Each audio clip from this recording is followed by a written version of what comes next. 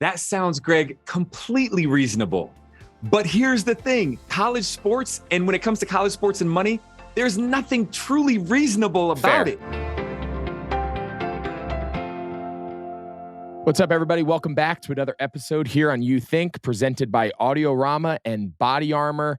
Lot going on in our sports crazy house. I have recently started now. We've transitioned from our summer baseball world to now I am this fall going to be coaching my son's 11U tackle football team. I've talked a lot about on the show about how we waited a little bit to try tackle football with our oldest. And here we are. We are diving right into the tackle football world. We've had our first week of practice this past week. We're in uniform, helmet, shoulder pads, full uni, the whole thing. So that's been fun. I'm actually doing it with my dad and Luke Kuechly and a few other dads here in town that I know whose kids are on the team. So it's a blast, to be back on the field in the summer. Kind of feels like old times. So I'm sure I will have a lot of updates this fall as we now venture into our latest youth sports experience in Pop Warner tackle football. So I'm sure it'll be wild like every other sport we've played, but I know the kids are looking forward to it, and I'm going to be honest, I'm looking forward to it. It's fun teaching the kids football, teaching them something that you feel so strongly and passionate about. So that's been cool. Today's guest is a great one. I think you guys are going to be fascinated. I know I was. I learned so much. Today's guest is Luke Fedlam. Luke is an NIL expert. For any of you who don't know NIL, it's the name, image, likeness. You can't watch, Sports Center, or you can't watch anything related to the NCAA and college athletics without hearing, the NIL conversation, kids making money off their name, endorsement deals. It's everywhere. He's a sports attorney. He's an author of the book Sports Law, A Practical Guide to Protecting the Interests of Athletes. It was an unbelievable conversation. There's so much really interesting backstory of how we've gotten to this point. Luke was just really dynamic, really well educated and informed, and did a great job kind of packaging it and presenting it in a way that was easy for everyone to understand. So I hope you guys really enjoy this conversation, a little bit of an educational twist for all of us. So now the next time NIL comes up at a dinner party or comes up around the table, you're going to be an expert. So I hope you guys enjoy it. Thanks again to our sponsor, Body Armor. Body Armor fuels this show, and it also fuels my sports teams. Listen, when you spend the amount of time that we do at ball fields, summer tournaments, as I mentioned, football practice in the evenings, it's 100 degrees here in North Carolina. There's practices, there's nights, there's weekends where we go through cases of Body Armor. My favorite is orange. I know everybody has their pick. A lot of people like strawberry, banana. I prefer the orange. It's just the best. It's my kid's favorite. It's all that's in our house. We drink it at home. We drink it at practice. And, it keeps us going on those long, exciting sports weekends and evenings that we have in our family. So thank you so much to Body Armor. Body Armor is made with coconut water, B vitamins, and has no artificial sweeteners. For more information, you can go to drinkbodyarmor.com. And now please enjoy this conversation with NIL expert, sports attorney, Luke Fedlam. Luke, thank you so much for joining us today and kind of sharing your expertise into this world that I have to be honest, Luke, I have a lot of learning to do myself. So I am happy to have you. So thank you for joining us. Greg, thank you so much for having me. This is going to be a great conversation. There's so much that we can talk about.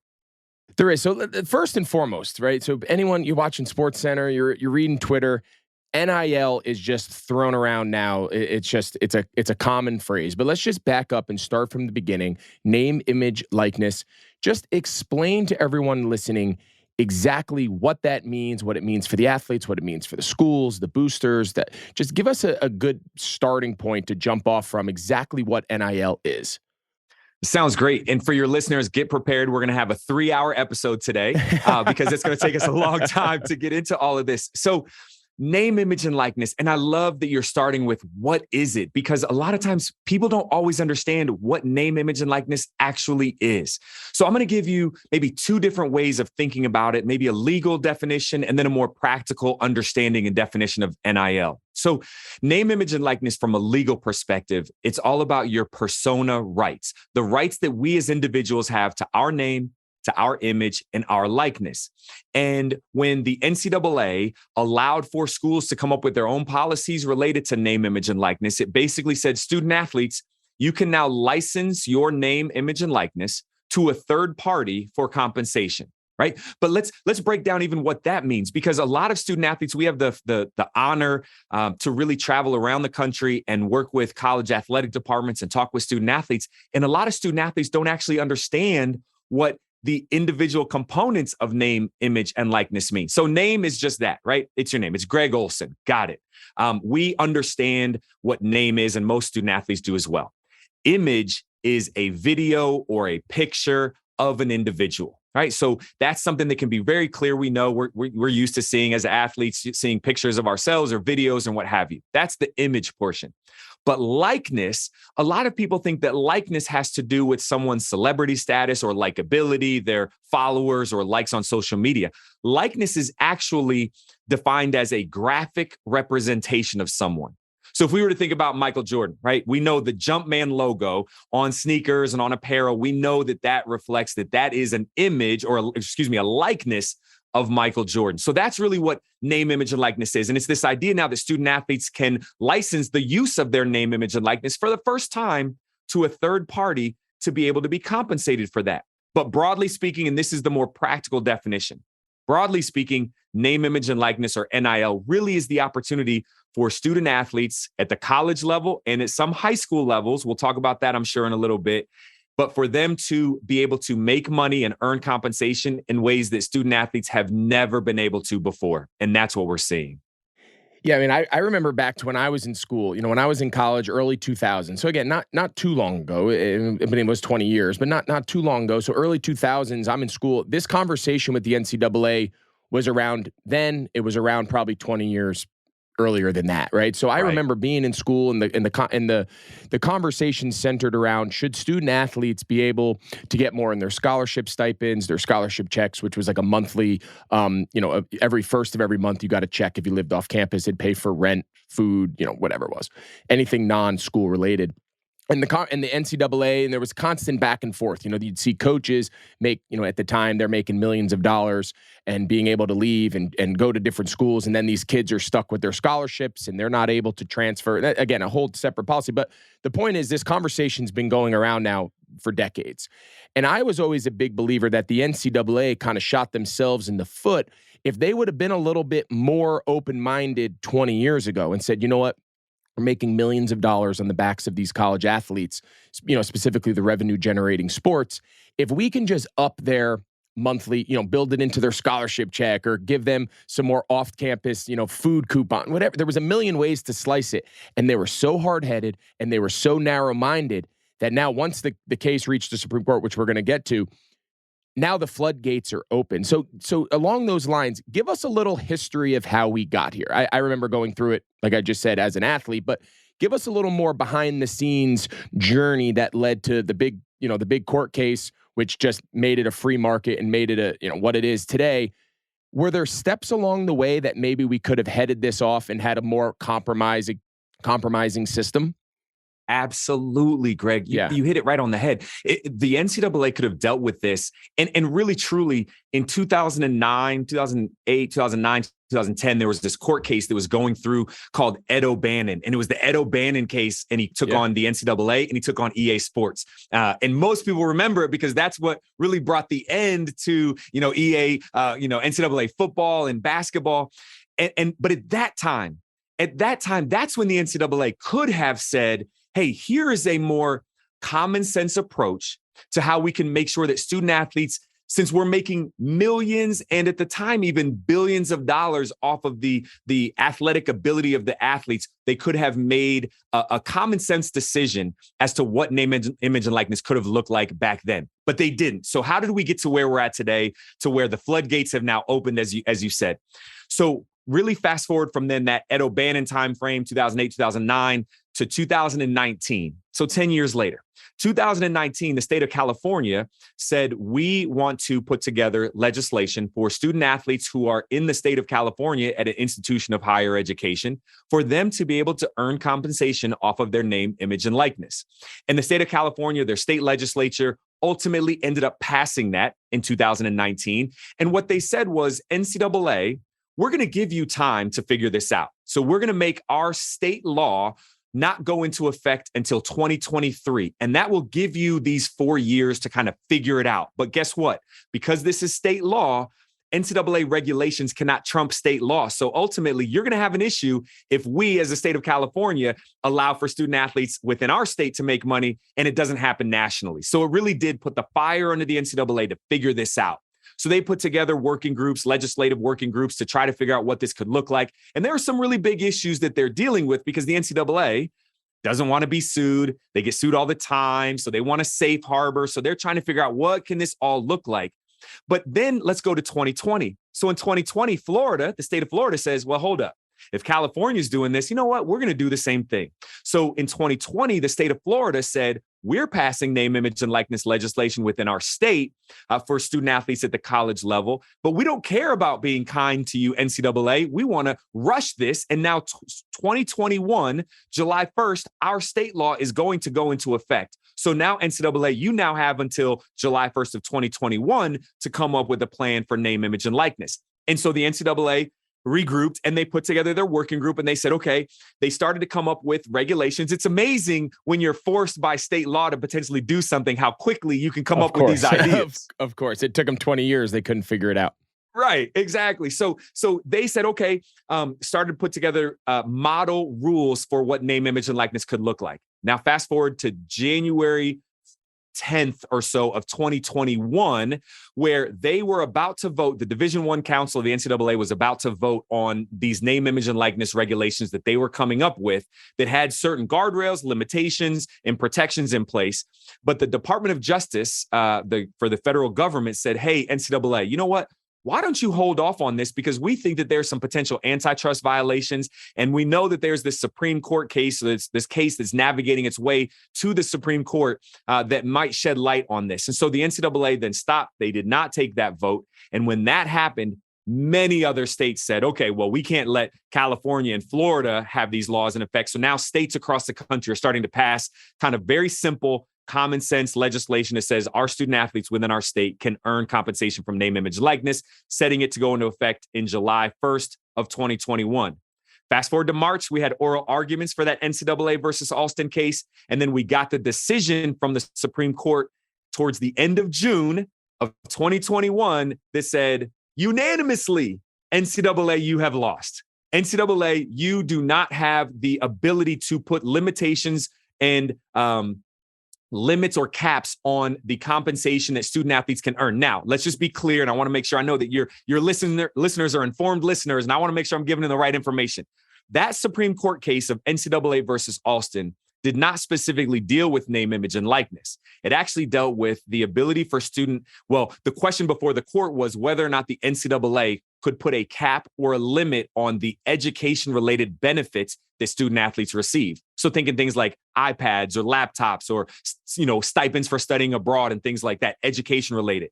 The Supreme Court unanimously said that NCAA, you do not have that ability. And in a concurring opinion, which is an opinion that another justice writes that who agrees with everything that the court said, but wants to add a little bit more, Justice Kavanaugh decided to add a little bit more that sent chills really down the spines of the NCAA, which said, hey, NCAA, guess what? We were only dealing with education-related benefits here, but just know that if you were to put any limits on anything else relating compensation or benefits to student athletes, under this analysis and this precedent, you will lose. And so ultimately, that's why a week later, the NCAA said, schools, come up with your own policies. We're going to step out of this. We're done. We're out of it. We don't want to do it. So again, because of, as we touched earlier, because of their short-sightedness and because of their inability to get ahead of this and say, oh, hey, this is coming. We cannot fight this forever. And instead of finding some sort of middle ground, that I think back to myself in college, if they would have upped our stipend check from $1,000 to $2,000, I would have been the richest kid on campus in my mind, right? Like there was so many easy outs. We can go on and on about that. So anyway, this now, the floodgates have opened. It is in practice. Absolutely. Teams, schools, and and institutions are kind of now. You said before to give us like a practical way of wrapping our head around it. Okay, I attend the University of Miami, South Carolina. Doesn't matter the school. How does that money now that's able to end up in my pocket as a student athlete, where does it start?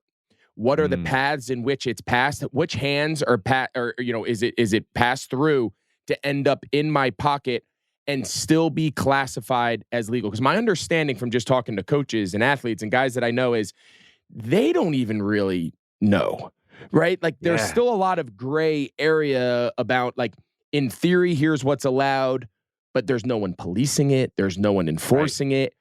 So we you weren't allowed to pay for play. You weren't allowed to pay for a recruit, but that's what's happening, right? It's happening out in the open. No one's hiding it. So now give us a step-by-step. How does the process work? I want student athlete John to come to my school.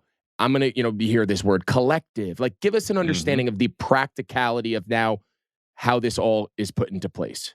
Sure, absolutely. And you're so right. It is such a gray area for so many people, but there are certain things that we know. And let's start with this premise, this idea that what name, image, and likeness is for the student athlete to partner with a third party, so not the school or the institution itself, in order to earn compensation. And for that compensation, they have to provide a service, right? There has to be this quid pro quo, this idea that someone is paying them for a service and the student athlete is providing that service. So whether that's social media influencing, autograph signings, making an appearance somewhere, they have to do something as a student athlete. And that is so vague in and of itself, which is why it could look like pay for play, because if the money gets in the hands and, $100,000 to send one IG post or one tweet on Twitter. It's not market value. Right. So here's how that money flows, right? The process, I would argue that there are probably 3 different ways in which name, image, and likeness deals kind of happen, right? Legitimately. One is somebody reaches out to the student athlete directly.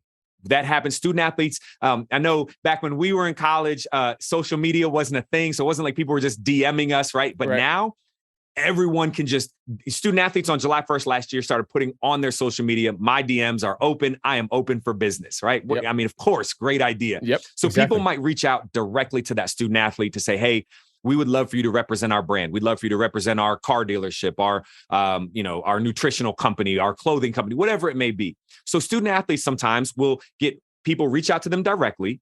They'll want them to sign a contract. Hopefully, as a lawyer, I'm hoping that there's a contract involved, but the student athlete will provide a service and that company or that brand will pay that student athlete directly. And that, therefore, money gets in the pockets of that student athlete. That's kind of one way. And that is probably the most clean and simplistic way of looking at that. The second way, if we take it up a notch, is there are some student athletes who are elite enough either through their athletic performance or because they happen to have a big social media following or be someone who's kind of known now in this industry. They may decide that they want to decide to hire a marketing agent or a marketing representation. Now, kind of given your history, that for the longest time, you can't have conversations with agents until a certain period, right? You can't sign anything with an agent until after you've exhausted your eligibility or declared for the draft, right? But now, as long as the student athlete is only signing for representation on the marketing side and nothing related to their playing ability or a future player contract at the professional level, they can sign with a marketing agent. And so some student athletes are signing with marketing agents to go out and find them deals, just like they do at the pro level, go find them deals. What's interesting, and I know you probably appreciate this and are probably blown away by it, which is the fact that college student athletes, a lot of people want to work with college student athletes more so in certain instances than people want to work with pro athletes. And that's because the price points can be lower, or because, there's an allegiance to my college or university, my alma mater, more so than the pro team that I work with, right? So it's fascinating. No, and that's the part I want to touch on next. What you just said, I think, is so important. And this is the part that I still have a hard time wrapping my head around. I understand people want to paint this in a free market, capitalistic, which I am in full support of, right? In all markets that operate in an open format, things just work better. They're not controlled. They're not. I'm all for that. But what you just said to me is the part that I just struggle wrapping my head around. I'm a car dealership in Tuscaloosa or Columbus or pick a school. And I want to get one of your players on the team, one of your wide receivers. He has 10,000 Instagram followers, nothing crazy. He's a good player. And all of a sudden I give him a Mercedes, I give him a GM, whatever the company is. He posts one picture. Hey, thanks so much to Luke's Chevy blah, blah, blah. There's no one in the world that thinks that's a free exchange of business, right? Right. That is right. strictly because that car dealership, that business owner, that whoever the person is, whatever industry, has an allegiance to said university. Yes. So when the idea is you can't pay for play and that you can't alter recruiting and you can't, who in their right mind is going to sit there with a straight face and say that business owner, that operator made a business decision to give a car, to give $100,000, to give some significant value for a social media post on a kid right. who has, it's not the Kardashians. They don't have 50 million followers. The kid has 10,000 followers, and I'm sure 8,000 of them are other college kids. So like, that's the part to me where I still say, well, who are we kidding? They are paying for play. They all are altering recruiting. When kids enter the portal, it's no longer where am I getting my education? It's who can put me the biggest NIL deal together. Like, how do we combat that? Or do we just say we're not combating it? Like boosters are now legally getting their hands into kids' pockets to alter decision-making on where kids attend school. This I know is not shocking to you, but it's crazy that this happened before name, image, and likeness, right? So let's be clear that with name, image, and likeness, we've now tried to put this legal framework to do something that has been happening for years. Before name, image, and likeness, boosters, alumni, friends of universities were putting money in the hands of college student athletes to help sway their decision making, to help them make the decision as to where they're going to go to school, or maybe just for our viewers, illegally, for I just want to make sure we're clear. Yes, make sure. Absolutely. Complete violation of NCAA rules, not authorized and not allowed. This has, for those who don't know, this has been happening for years. Now, that does not make it right? Name, image, and likeness. So what we're seeing now is trying to use a legal vehicle to do something that really, when we really break it down, is still in violation of the ethos, if you will, of what college amateur sports are all about. That this idea that a student athlete should come through high school, they're a great student athlete, they should have all the schools open to them, they make a decision based on what they feel like is best for them, and then they go play their sport for the love of the sport, and who knows where their life goes from there. But we know that there's a lot of money in college sports. And so what we're seeing now is boosters, others, business owners who are saying, okay, maybe I've been donating money to the university for their athletic department to build bigger stadiums, to put a barbershop in the locker room, to do all these cool things that we do now, right? But now I want to take a portion of that money and I want to put it directly in the hands of the players. I think this, because that's rampant right now. We know that for a fact. Student athletes, there are certain student athletes, especially when it comes to football, who are getting deals that would never happen when they turn pro. They don't make sense. The numbers don't work. And even if they didn't go pro, the numbers just don't make sense. But I think we're going to have a period of time where that will adjust over time.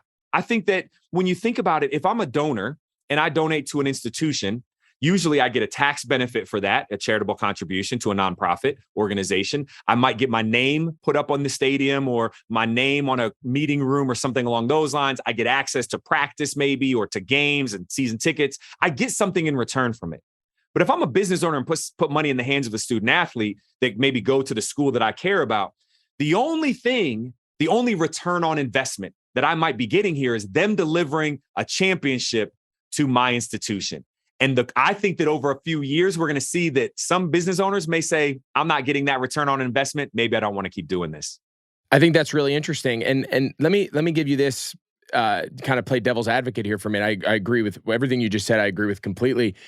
You brought up about the traditional way that boosters support programs in, institutions or just individual, football, basketball, baseball, whatever program it is. So again, we talk about how the NCAA or these universities could have gotten ahead of this and come up with a better format to put money into the pockets of kids, which I think we're all in agreement is positive. It's just the format in which it's done. We want to make sure it's done the right way. Instead of, so this donor gives $5 million to build a new locker room, say. Like in my mind, if I'm these schools and I want to compete and I want to have a competitive advantage over these other institutions, I'm saying, okay, do I need a barbershop? Do I need a DJ booth? Do I need a water slide? Can I build it for $3 million and I take the $2 million and now I evenly distribute it across my entire team, right? So I carve $2 million out of this elaborate new locker room that we're going to use in recruiting, right? It's strictly a recruiting tool when I give 100%. these tours. But now my recruiting, if I'm now that coach or I'm that university president, when I bring recruits on board, I say, listen, we had plans to build this elaborate locker room with flat screen TVs. But you know what we did? We didn't see a great value in once kids got on campus and utilizing those resources. So we carved out of that budget thanks to X donor. And now every single month, every person in this locker room gets a check for 10 grand, 5 grand, whatever the money evens out to me. Like, to me, it doesn't create divide. It doesn't create, these guys getting their arms around kids and potentially, leading them astray. It's a controlled, it's regulated. It's a little bit more easily comprehensible. Like, is that crazy? Like, does that sound crazy to you that might be a more reasonable way to take donors' money, but get it into the hands of the kid in a little bit more of like a equal fashion and a little more of like a reasonable fashion? That sounds, Greg, completely reasonable. But here's the thing, college sports, and when it comes to college sports and money, there's nothing truly reasonable about it. Fair. So in your True. instance, in your scenario, what that coach or what that athletic director is going to do is they're going to say, we want both. You know what? We'll take the $5 million so we can have the water slide and the flat screen TVs all over the locker room. And we need another $2 million that we can split up evenly among our student athletes, on our football team so that they can have deals. That is where, and I know we're talking primarily about football in this instance. And I want to make sure that we talk about the benefits of NIL to other sports as well, because other student athletes are really benefiting from it. But football drives so much of what we do. When you look at conference realignment, the money involved there, I mean, football is driving the bus and the machine, if you will, as we go forward. But what we're seeing is this desire to want to maximize everything. I want the best locker room and I want the best NIL program. But what you mentioned, though, just conceptually is what we're seeing happen in some places. They are trying to figure out teams, athletic departments, football, teams and fans or boosters of football programs are trying to figure out how can we put deals together that puts money in the hands of all of the student athletes so that walk-ons are getting, some money in their pocket as well. But you're always going to have the elite of the elite on that particular team, your quarterback, your star lineman, whatever it may be, right? That, wide receiver. They're going to get the opportunity to do things even beyond that. But if you can have an opportunity to put the money in hands of players across the team, that always bodes well, if you will, especially for the locker room. Yeah. And that's huge. And I know that's not necessarily the area you spend a lot of your time, but like, to me, just being in that locker room as a college kid, if I'm that center and I'm blocking my ass off for the quarterback, and I just find out, the recruit coming in to Tennessee, the rumors are he's making $8 million. Who knows if that's true? Let's just, for the sake of this conversation, say that there's some legitimacy there. And I'm the senior center, or I'm the senior left guard, and I've waited 4 years to play. And now this freshman comes in, and I'm busting my ass to block, and he's, I don't know, like, I understand that's the market. I understand things are not always fair. I get it. How does that not become an issue in the locker room? How does that not become a divide? Like, and I know that's probably a question for these coaches that are trying to probably wrap their heads around that too. But like, are those things that these universities, they have to be taking that into account as they set these collectives and everything up, right? They are taking that into account. Now here's interesting, and just as a quick warning, sound the whistles. I'm about to do a shameless plug here. So I have a podcast called the Game Changer Podcast with NIL expert Luke Fedlam. And just this last episode, I talked to an athlete. His name is Zach Harrison. He's a defensive end at Ohio State. He's likely going to be playing in the pros, playing on Sundays next year. He's a true senior. And I asked him this very question. And I asked student athletes, especially in football, about this particular topic frequently. What is it like in the locker room? And one of the things that he talked about is, and I think you said it just right? It's the freshman coming in with a big deal that could change the dynamics. Because what he talked about is, for all of his players, because I said, you've got some players that have been reported that are making some really big deals and some really big money. How does that play? He was like, for all of us that have been here, especially those of us that have been here before NIL, we're happy for our teammates. We're happy for our brothers to get those deals. I'm excited for them that they're doing what they're doing and they're making money. This is great. We're not letting anything come between us. But what we talked about was that as more and more students are coming in, being recruited through name, image, and likeness, and having deals thrown to them to come and play, that is absolutely going to have an effect. And it's going to be up to the coaches to help manage that, because when you think about it, there's always been stars on a team. Any team that you've played on, you've had stars. You've had stars that have gotten more media time, cover of magazines, opportunities to do interviews and all that kind of stuff. So coaches have had to deal with it. But money being involved can always be different. That changes things. And so we're going to have to see how that plays out. But I think what we're going to see are coaches having to be much more focused on it. And to be honest, we're going to have to talk to the mental health aspect of it as well of, hey, I'm doing a good job out here, but I'm not getting the attention or I'm not getting deals. Does that mean I'm not worth it? Am I not as good of a student athlete? You know, what does that have? What impact does that have on my own self kind of worth and self perspective? We're going to have some of those issues that we're going to have to deal with as well. The only good thing is now, well, there's a lot of good things, but at least you know now who's got the barbell, right? You go out on a Friday night in town. Exactly. The guy who's got the biggest collective deal, he's got the barbell, which that was Send a the big check deal over there. See that guy right there? We all know how much he makes. He's got tonight. So let's transition into something you alluded to earlier, which is the notion that when every state is able to set their own legislation and how that pertains to both now the college kids on campus, of course, right? Then there's the kids that are overlapped. They're being recruited out of high school as incoming college players, right? Incoming freshmen. But in some states, it now goes into the high school level where some states allow their high school kids to take part in the NIL. There was the big case a couple years ago, Quinn Ewers, who was the #1 quarterback in the country, was committed to Ohio State. Texas did not allow him, my understanding, correct me if I'm wrong, Texas did not allow him to take advantage of NIL as a high school player. He reclassified, left early, and early enrolled at Ohio State. But now some states do allow you to. So just give our viewers and what now, how does this trickle down?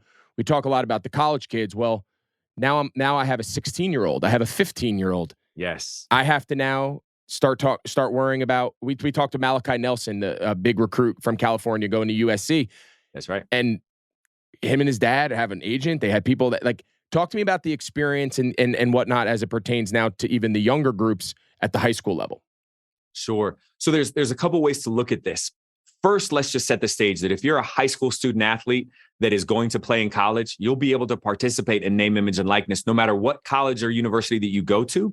And so from that perspective, being prepared for that is going to be important. And understanding NIL before you just land on campus is helpful. That's why we're doing a lot of education sessions at the high school level. But to your point, Greg, at this point, at the time of this recording, there are 13 states that allow for high school student athletes to earn compensation from the use of their name, image, and likeness. And we're seeing more and more states consider it. And the high school athletic associations are voting on it.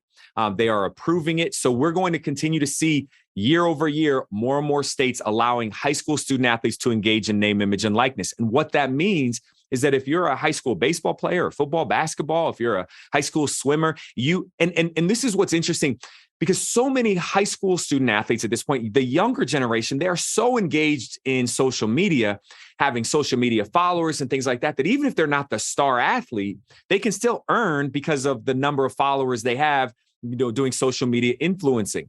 So we're seeing this kind of wave of state high school athletic associations approving name, image, and likeness. And so, yes, this conversation of education around what is name, image, and likeness, how do you protect yourself and navigate this, is happening now or needs to happen at that high school level. And I always share this with people. I think that name, image, and likeness is the perfect conduit to provide real world practical education that develops life skills in young people like early on. Because if you talk to a high school kid that, hey, you can earn compensation, you can earn some money, now you got their attention. I can earn money. Okay, let's talk about financial literacy now. Let's talk about understanding contracts, because now the fact that I have the opportunity to make money, I'm more engaged, as opposed to, oh, I don't have to worry about that for years and years to come. Now we can teach things that are important, life skills that are important to student athletes at all levels. And so let's stay on that. I was going to get to it in a minute, but now that you brought it up, I think it's a super interesting point. In your opinion, where does the responsibility lie with that? Right now, we're talking, is it the family? Not everyone's family comes from the same background. Not everyone's family has the same access to resources. We all understand the stresses and the realities of that world. Absolutely. So who's now responsible for this education? Who's responsible for providing these resources of educating kids on financial literacy and budgeting and contracts and dealing with lawyers? And now they have financial advisors. Well, who's a good financial advisor? my family's never invested $1. Now I just got $100,000 and I'm 17. What do I do with it? Like, where does that responsibility lie aside from just the individual kid themselves? Sure. So, and I think it differs depending on what level we're talking about. At the high school level, I think it really lies on the parent or family, but then also whoever the body is that authorized name, image, and likeness. What I mean by that is if a state high school athletic association says, hey, student athletes in our state, you now can earn compensation from name, image, and likeness. They need to have an opportunity. And we do a lot of this education. So I'm very familiar with this. They need to then say, here are ways in which you can be educated and bring in third parties to offer that, right? Whether it's through the internet, through a mobile learning app, et cetera. But the family has to be able to say, okay, we're taking this on. We're going to make sure we get smarter on this. And so hopefully there are resources that are made available then by that state high school athletic association. At the college level, without question, it is the university or college's responsibility. And I say this repeatedly, they have an ethical obligation to provide real world practical education to student athletes because they are creating, there's this opportunity now where student athletes can make money.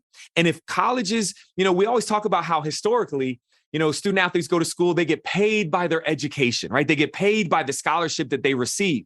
Well, if college is about providing education, then we have to make sure that now, since student athletes can make money, that they are getting that information on understanding budgeting and understanding contracts, understanding working with a lawyer or a financial advisor. And I'll tell you this, the number one thing that concerns me when it comes to name, image, and likeness, even though I'm a lawyer, I always say contracts, but the number one thing is the IRS.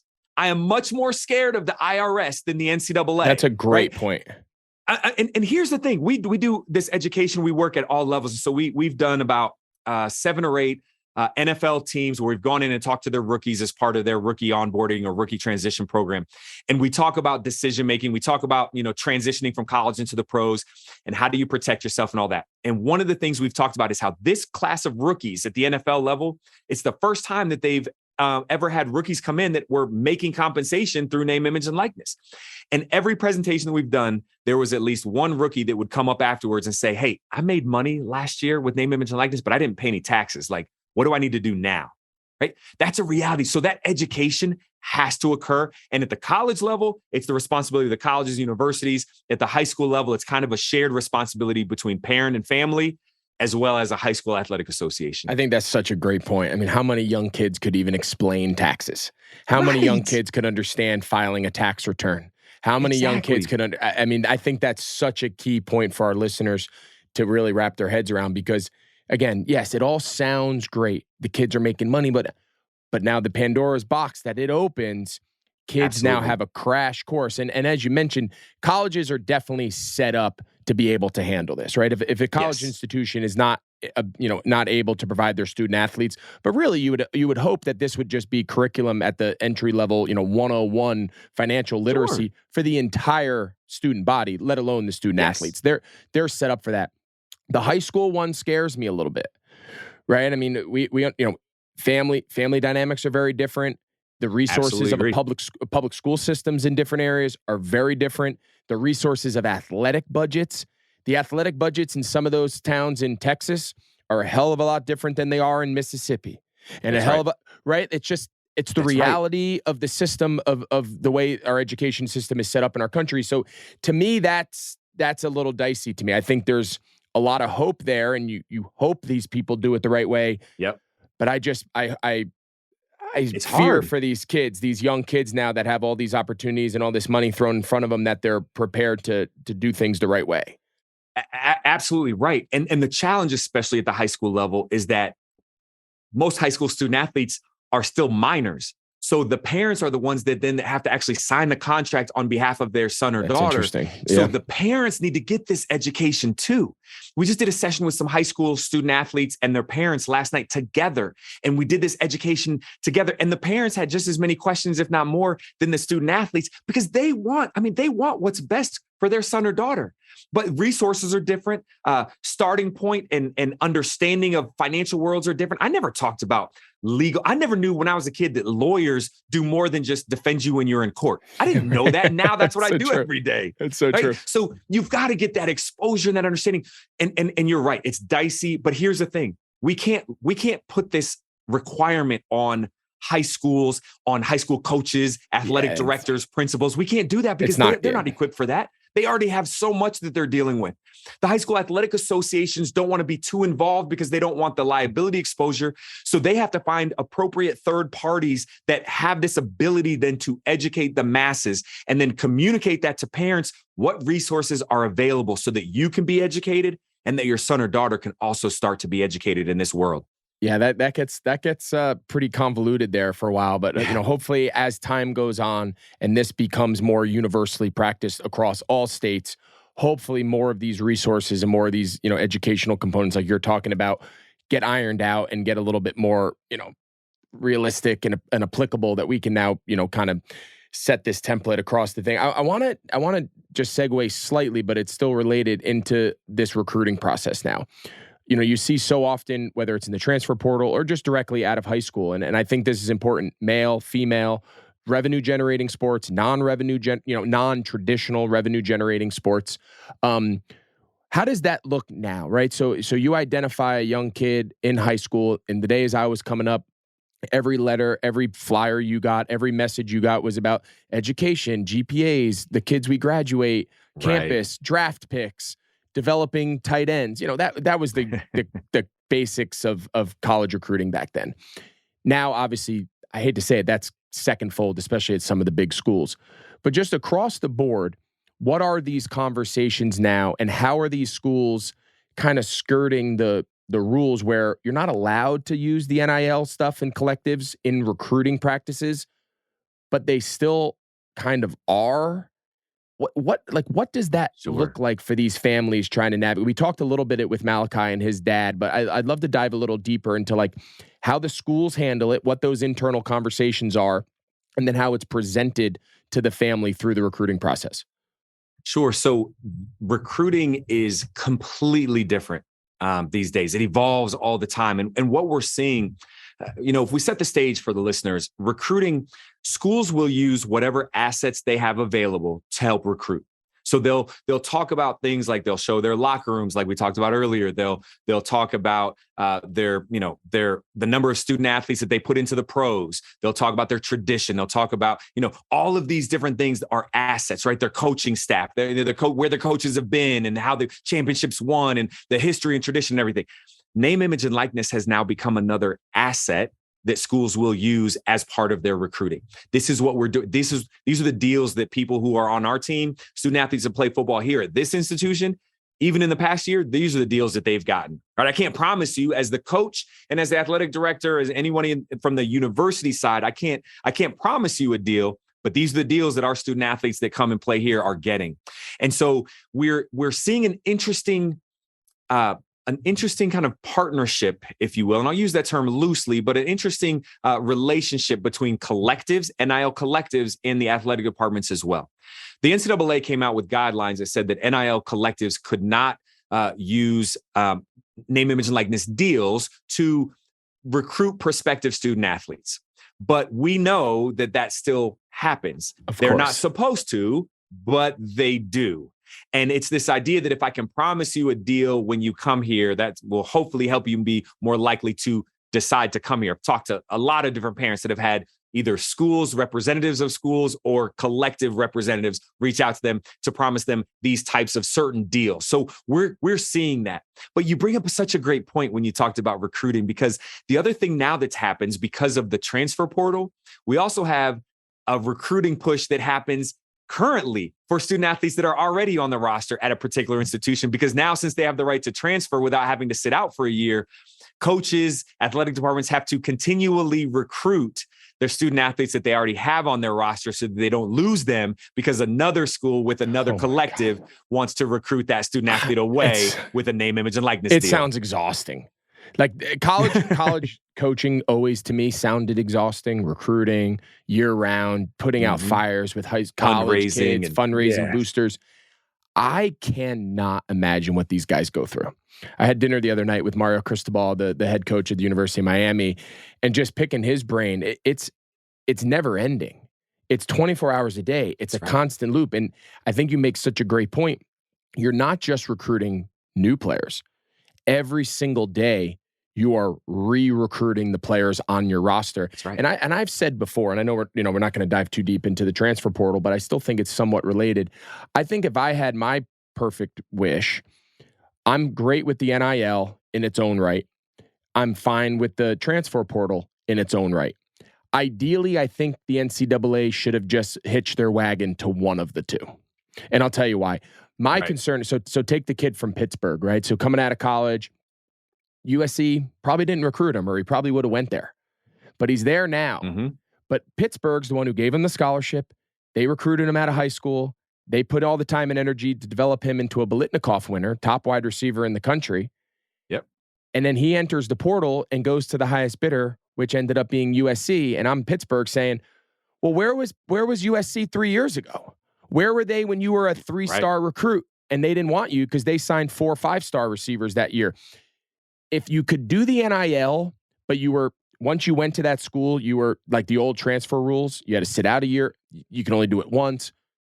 Make $5 million. Great. But to be able to just bounce around to the highest bidder now an unlimited amount of times and just reshop yourself, I don't know that I love that. I'll be honest with you. I don't know that I love it. Okay. So let me play devil's advocate for a little bit on this one. So here's what I think. It's a learning opportunity, because I agree with you, right? Now bouncing around highest bidder, that diminishes a lot. But what we have to show as well is this idea that happens in real life. I'm a lawyer at a firm called Porter Wright. If another firm, Baker Hostetler, says, hey, Luke, we want to come and pay you more money because of all this great work you're doing in the sports space, or hey, Jones Day, this law firm or this other law firm, right? I could decide that I want to bounce around to the highest bidder. And I might go to one other law firm for a year and then to another law firm for a year. At a certain point, people say, okay, why is he not staying at one place? Is there something then wrong with this person because they've bounced around? Can they not get along with their teammates? Can they not get along, right, with the leadership or the coaching staff, or what is it? Or are they just greedy and looking for, the biggest payout? Are they really adding value then to our program? I think we're going to get to that point where student athletes are going to start to realize that in the real world, you have the opportunity to bounce around from job to job, company to company. But at the college level, while you have that ability, does it really benefit you in the long run? So one move here and there, okay, could make sense. But starting to bounce around and be that every year being that free agent, that might start to get. Yeah, I guess my only caveat would be, you look at the coaches. The argument is always the coaches can leave.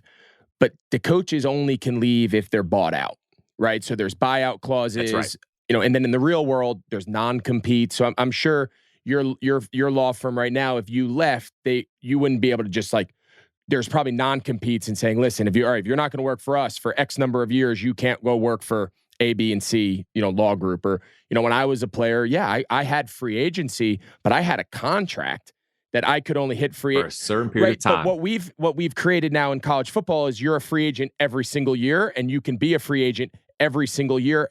Is there an industry where that is the case in the real world? I don't know of right. any. I don't know of one where you could just arbitrarily bounce around with no non-competes, with no contract, with no buyout. Maybe I'm wrong. Well, there's some. I mean, there are a lot of times you could be a teacher, right? You could be a teacher and you go to different schools. There are a lot of tenure, you lose your pension, and right. You could lose tenure. So you could lose retirement. There's risk right? There's some downsides to it. Yeah, there are risk factors to it. But I think ultimately you're right. And what we've created because of, and the NCAA did the transfer portal changes to their rules first in 2020. Then name, image, and likeness, which I think they still thought they were going to win on, and they didn't, came around 2021. So now the two of them together have created this quasi-free agency that has no guardrails whatsoever, right? If you think about the NFL, the NBA, in pro sports, there are guardrails for timing, windows, what you can do and can't do during free agency. But right now at the NCAA, it truly is the wild west. And listen, if I was a college kid, I don't put any of this on the plate of these college kids. That's right. I am all for... The kids didn't make the rules. The kids they didn't win the court cases. The kids are just operating in the environment that was laid out for them. And I'm a believer, if you don't like the rules, change them, but don't fault the people that are playing by them. So if I'm these kids, I am full supporter of all these young student athletes. Get what you can get because the rules are going to change at some point. So you might as well strike while you have the opportunity to. So I don't place any of this on the feet of the kids. Like we talk about most around here, most of the time it's the adults who ruin the stuff for the kids. The adults are the ones who can't figure anything out. But That's in right. this case, the adults not being able to figure it out benefited the kids, which is a rare occurrence. That's right. Absolutely right. So the last thing before I let you go, and I think it's an interesting thing, and we haven't touched on it, so I want to just dive into it. Where I see the NIL being really, really beneficial, and you mentioned it earlier, was the non-revenue generating sport. So Miami just got these two sisters. They're twins. I off the top of my head, I can't remember their name. They just transferred. The Cavender twins. They have a huge TikTok, social media. They have a huge presence with young kids and whatnot on social media. And they just transferred to Miami, and they can print money. There's a young gymnast who now you see her on TV. She's on all sorts. I think she goes to LSU, and she does all sorts of. So to me, those girls moving on to those sports, non-traditional revenue generating sports, there really was no light at the end of the tunnel for them to make a quote unquote living. Right? You played college basketball at Duke, for 2 years. No one paid you any money. You went to school for free, and then you had the opportunity to get drafted. All these other sports. So where I really like it is in instances like that, where a lot of them are female, right? A lot of these young girls can capitalize on the social media movement, their involvement. They understand that world, and we see a lot of these young girls making a ton of money. Like, to me, that I really like, because without that, it's going to be hard for a lot of these girls to make a living out of the sport they've committed their entire life to, just because we don't have the infrastructure in our country where there's professional leagues in the traditional sense for them to earn a living like we do in some of the other sports, specifically the men's sports. So talk a little bit about what you've seen in that realm, because to me, that is where a lot of the benefit that I've seen comes from. Absolutely. And that's really the positive side of name, image, and likeness that doesn't get as much attention. So I'm so glad that you brought it up, because there are student athletes that are getting deals that are smaller deals, some that are big deals, but even smaller deals that are helping them even pay through their way through college. We forget that there are a lot of student athletes that get partial scholarships for Olympic sports and non-revenue generating sports. So they have the opportunity where you can earn some compensation and then leave school debt-free is a huge win, and start off maybe even with a little nest egg when you start in the working world after you leave college is a huge opportunity. So we're seeing across sports. Lacrosse, there's a lacrosse player who has a huge social media following that is making six figures just from the posts that they're making. For women student athletes, a lot of times what social media analysis will say is that they are more engaged with their social media following.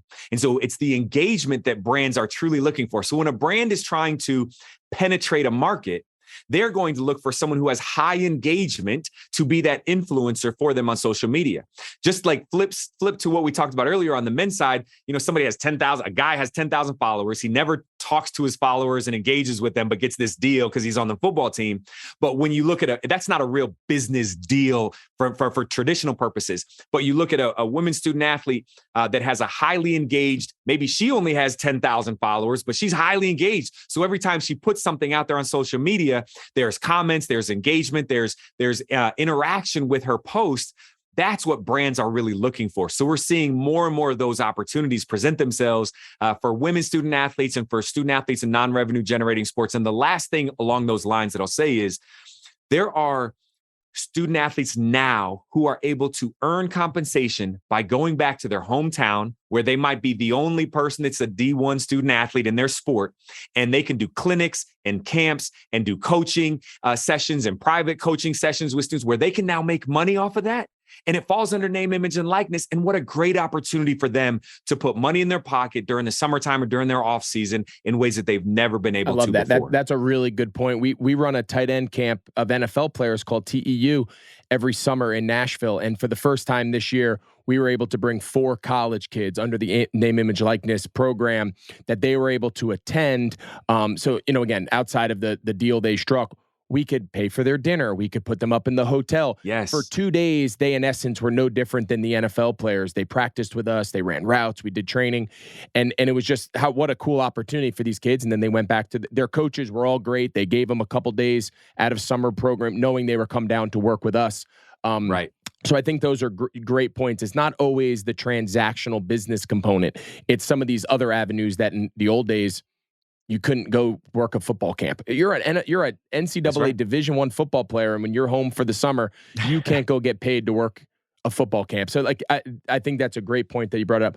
All right, I'm going to put you on the spot. This is my last question. And again, Luke, I can't thank you enough for your time. This has been crazy informative and super, super interesting conversation. So the last thing, I'm going to put you on the spot. What's the future? Where do you see it going? Where do you see maybe some of the pivots? Like if you had a crystal ball and you wanted to lay out what the next 5 to 10 years of the NIL, relationship in the NCAA, like in your mind, where do you see it moving?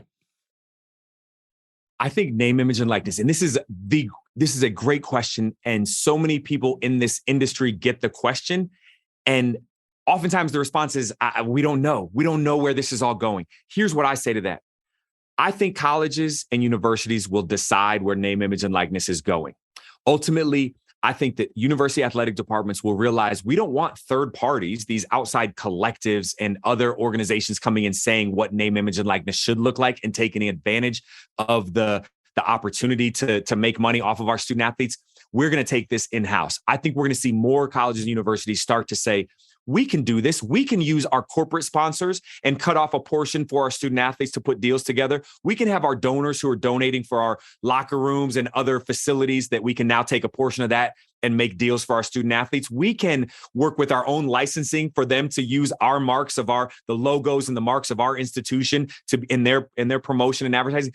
We can take control of this. And I think we're going to see university athletic departments start to take more control over name, image, and likeness instead of being reactionary, start to be proactive. And I think in doing that, because a lot of people are looking for Congress to come out with a national plan for name, image, and likeness. That will not happen anytime soon. And I think that's a good thing. I think we want the market to determine what works, what doesn't, what's good for our student athletes, what's good for our universities, what's good for our families, for the market to decide that as opposed to legislation to decide that.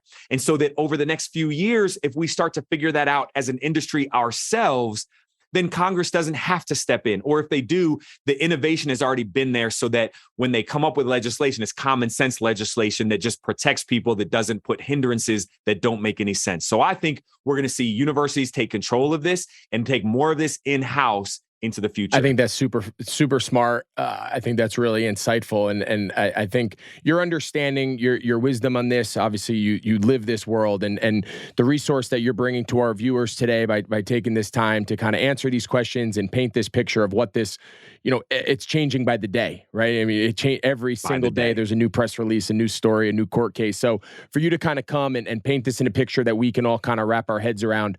Again, Luke Fedlam, author of the book, Sports Law, Practical Guide to Protecting the Interest of Athletes, host of a podcast, Protecting Your Possibilities. Luke, I can't thank you enough for taking your time, providing your insight and your wisdom into this world, and just be a huge asset for us here on You Think. Greg, thank you so much for having me. Your listeners, I always put stuff out on social media just from an education perspective. So at Luke Fedlam on any, Instagram, Twitter, it's all about that education. So what you're doing with Youth Inc. is such a great opportunity for families and a resource. I'm just honored to be a part of it. Thank you so much for having me. We're going to have you back as things change. We'll bring you back. You'll be our expert NIL correspondent. So we'll be in touch. Sounds good. All Anytime. Right, buddy. Thank you so much. I hope you guys enjoyed that episode with Luke Fedlam. That the NIL world is really taking over. You can't follow sports, especially at the collegiate level, without some understanding of kind of this new transformation that's going on. It's as young as high school kids now being able to partake in, endorsement deals and earn money on their likeness and their name. And it's a really drastic change from how, most of us grew up understanding, amateur athletics at the collegiate level and high school level. So to have someone like Luke be able to really break it down, give us the backstory, explain not only how we've come to this point, but where he sees it going and, what the mechanisms of, best practice are for operating it in the meantime. So I found that conversation to be super enlightening, super interesting. I hope you guys did too. At this time, as always, I'm going to be bringing in my producer, Tasha, with some audience questions. This has become a very popular segment here on You Think, and looking forward to seeing what Tasha has for us today. Tasha, what's happening? Hey, yeah. NIL is crazy. Do you ever think like, man, I missed out on a lot of money because the NIL rule wasn't created? I think back to college, and I say this to people all the time. I said it actually to my wife the other night. She went to college with me. The first couple days of every month, I'd get my scholarship check. You get like $1,000, for a scholarship check, and you paid a couple $100 in rent. So you had money left over. And for the first couple nights, we'd eat good, which, in college, you're going to TGI Fridays, you're eating good, quote unquote. And by the second half of the month, you've run out of money. You're eating at Wendy's, you're eating at, McDonald's and Bojangles, you're eating fast food, and you're just kind of making ends meet. And I think back, like if someone gave me $25,000 as a college kid, my head would have fallen off. Like I don't know what I would have done with $25,000. I did stupid things with $1,000. You could have eaten at TGI Fridays. Yeah, every day. It could have been. It could have been Friday every day. You could have been sponsored by them. I could have been anyway. So it's just it's fascinating to me to just see what kind of experience this is for young kids. And part of me says I get it. Kids should make what they can, but it also scares me a little bit. And I asked Luke a couple times, how he sees this going. So it was. I don't know how I would have done making hundreds of thousands of dollars in college, but I guess I would have liked to have found out. I'm sure you would. Some of our fan questions today, we have 3 for you today, Greg. But one of them, first we want to talk about comes from the San Diego Tribune. And basically research is coming out that parents are being more hands-off, in Norway specifically, in their kids' development. And they believe that this is the key that keeps their athletes playing longer. So what are your thoughts on more hands-off parenting and sports development?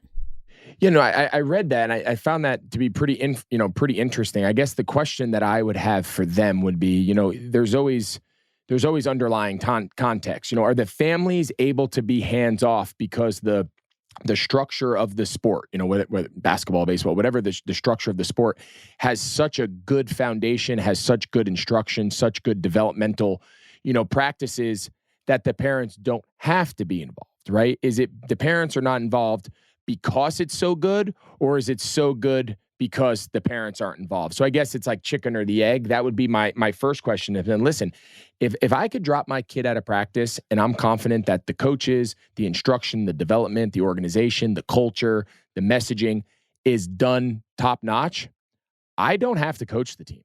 I am the first to say I would love to drop my kid off at practice and not stress about it all day and deal with the families and deal with the emails and make the lineup. And it's an exhausting life.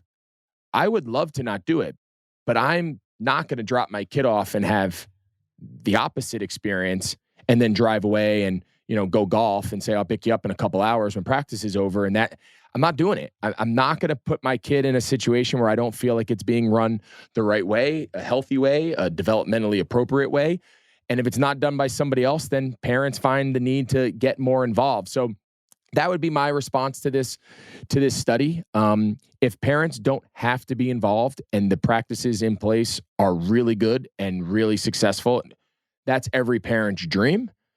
I think in our country, I think the way we're doing it, I think that's more the exception than the rule. I think there's a lot more poorly run teams than there are well-run teams. And I think that's why the top kids and the kids who want to do it at the highest level all kind of gravitate towards a similar pathway. Because once you find that coach, once you find that organization or program that does it the way it needs to be done, that's everyone's dream. That's every parent's dream. And I'm no different. So that sounds amazing. I would love to know how we can, replicate that across the board and create a large scale version of that here in America. So I guess that would be my reaction to it. Norway, man. Making Norway. moves. I'm Norwegian, by the way. So just for the record, Olsen, wow. EN Norwegian, ON Swedish, Tasha. Ooh, knowledge is power. You can use that one day. Thank you. I don't know where I will use that, but you thank never you know. for that could information. Could be a good bar trick. Could be a good, who knows? Pickup line. Who knows? You never know. Pickup line. Did you know that Sweden? Okay. And then the second question we have for you today is someone through Instagram wants to know, how do you handle coaching your son without the rest of the team? So it sounds like your son's a good player And do you hold him back intentionally so parents don't think you're being unfair? Because they also had kids and they feel like when they're coaching them, they hold them back as well. So what are your thoughts on that? Yeah, I mean, coaching your kids is very hard.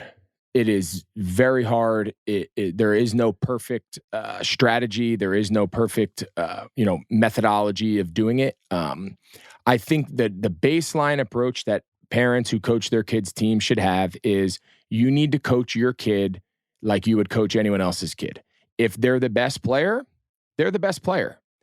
If they're not the best player and they're on the bottom, they're not the best player and they're near the bottom. And it needs to be reflected in the game. It needs to be reflected in the position they play. Are they able to play the position that they're playing and do it well? Then yeah, but then it has nothing to do with that they're your kid. They can play that position well. It's in the best interest of the team to be the quarterback, be the shortstop, be the pitcher, they're the striker in soccer, whatever it is. If your child is capable, no, you should not punish your kid because he or she is your kid. That's not fair to them either. But you also can't prop them up and put them in positions that aren't in the best interest of the team just because he or she is your kid, right? So however you would treat someone else's kid is how you have to treat your kid. And that could be good or that could be on the other end. And if you're not comfortable with that approach, then you can't coach it. Because I can't ask another parent to trust me to make decisions about their kids' playing time, their kids' positioning, their kids' development, if I don't apply the same practices to my kid. If my kid's one of the best batters, he'll bat appropriately. If he's not currently batting that well, he's going to move to a different spot in the lineup. If he's not fielding the ball great, he's not going to be put at shortstop or, whatever the case may be. It's just fair is fair. So I don't believe in punish. The one thing I would say I could probably be better at is sometimes I go overboard and do overcoach my kids, not like overcoach them, but like hold them to a more higher standard to really go out of my way and show the other families like there is no daddy ball. There is no favoritism. What's earned is earned, whether it's my kid or your kid. If they're out there in a position, it's because they've shown they're capable of doing this at a high level that's in the best interest of the kids around them. If that's playing quarterback, okay, my kid, yeah, he might stand at quarterback because he's able to execute all the things that allows your kid to run with the ball, your kid to catch the ball, whatever it is. If he can't play quarterback, I can't with a straight face roll him out there to play, but we can't complete a pass. We can't, execute a handoff. Then it looks stupid. That's not in anyone's best interest. So fair is fair, whether it's my kid or your kid. We need to apply the same standards and expectations across the board. Was your dad hard on you when you were playing? Oh yeah. My dad's saying was if he was ever going to error, he was going to err on the side of making it harder for us. No one, if you asked all the kids' parents who ever played with us growing up, no one would ever say Chris Olsen, and the viewers saw the Chris Olsen episode. So I think they got a good insight into how his mind works. No one ever said the Olsen kids only got those opportunities because their dad was the coach. Like now he was fortunate because his sons all were college recruited football players. So it didn't look silly that my two brothers were quarterbacks and that I got every ball thrown to me. It was like, well, yeah, who else would, if they weren't my kids, I'd still throw it. You know what I mean? Like my dad had that to fall back on, but, we had to earn our stripes. And I wouldn't even say like everybody else, we probably had to earn our stripes more so than anybody else on the team, especially in high school. All right. And the last fan question is kind of a fun one. I'm interested in it. Would you, Greg, ever be an umpire or referee? At the youth level? No chance. Why? Because I feel like even if you're good, no one's ever happy, right? Like, maybe I should take that back. I don't. He's taking it back. I don't envision myself ever doing it. So my no still stands. I think I would do a good job as an umpire because I think all everyone wants is for the umpire to just do a good job. And I think I would do a good job. I think I'd be fair. I think I would not play favorites. I would be consistent. I would I would treat the other coaches fairly when they talk to me. I wouldn't blow up on them and yell back and escalate the situation. I'd respect the kids on the field. I'd make it about the kids. I wouldn't, be there dancing and acting stupid and making it all about myself. So I think I'd be a very good youth referee umpire. I would never do it. With that being said, I've always said that the issue of umpiring and refereeing at higher levels is they don't attract enough former athletes, right? So if I was in charge of the NFL, if Roger Goodell said, Greg, how do I address, the refereeing shortage or the referee development program? I would try to recruit former players. They've been on the field. They know how fast it is. They've seen it. They've experienced it. They've felt it. They can get into the minds of the players, how they're being coached. I think there's an inherent advantage there of people who've been there, done that, now on the other side being in charge of refereeing or umpiring. So lower level, we need more people to do a great job. I would do a great job, not to pat myself on the back, but I would. I would never sign up for it because it's a thankless proposition. The refereeing and umpiring issues that we see today, Major League Baseball and basketball and all, everyone has an issue with the umpires. They need to get more former guys who've done it. We saw Richard Jefferson do it for a summer league game. I love that. He looked like he had a great time. I love that. They should encourage more former players to get into the pipeline of being referees or umpires. And I think it would help.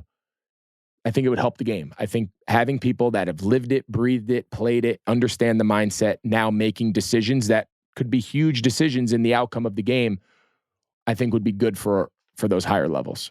I think Richard Jefferson did it once. I think you should do it one time, maybe. At the professional level or 10-year-old baseball and just get into a fight with the coach? I think 10-year-old baseball would be fun for you. I think if we cut this out, it gets 1 million likes. I think Greg should do we'll make a deal. If this gets 1 million views or 1 million likes, I don't know, whatever that is, I will referee a youth sporting event. Perfect. There, it's on the record. Let's make it happen. It's on the record, Tasha. Now it's make it happen. It's on the record. Let's go, people. Okay, that's it for all the fan questions today. And you could always submit them at You Think or at Greg Olson on TikTok, Instagram, or Twitter. All right, well, that's it for this episode of You Think, presented by Audiorama and our sponsor, Body Armor. Please, as always, rate, review, subscribe wherever you get your podcasts. And until next week, we'll see you guys then. Thanks.